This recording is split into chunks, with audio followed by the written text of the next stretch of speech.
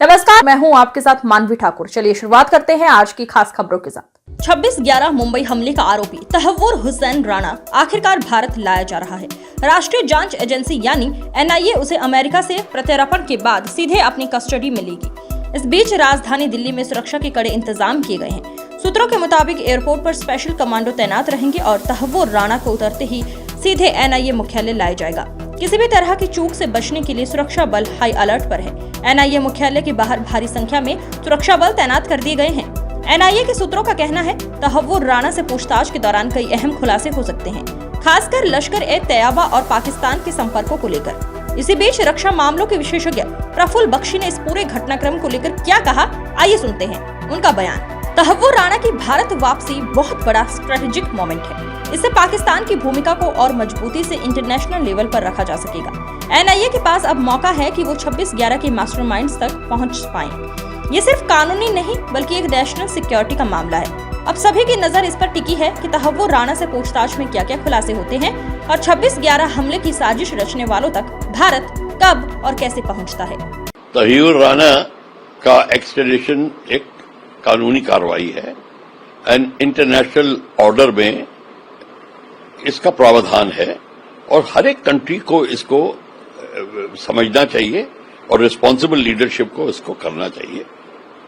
तो तहव्वुर राणा अब भेजा जा रहा है भारत में, तो ऑब्वियसली इसमें जस्टिस की और प्रोसेस ऑफ जस्टिस की मैं मानता हूं कि उसकी जीत आप कह सकते हो।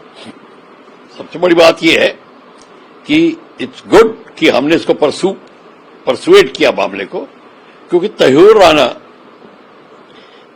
कल्प्रिट ही नहीं है, कैप्टन है मेडिकल कोर का, और वो ISI ने ऐसे लोग बहुत को लिया हुआ है और उनसे वो ट्रेनिंग कराते हैं। जो ये टेररिस्ट के ट्रेनिंग कैंप्स होते हैं वो चलाते हैं, प्लानिंग करते हैं, कसाब, वो सब ठीक है। वो पकड़ा भी गया, ठीक है, उसको जो भी सजा होगी हमारी किताब में होगी।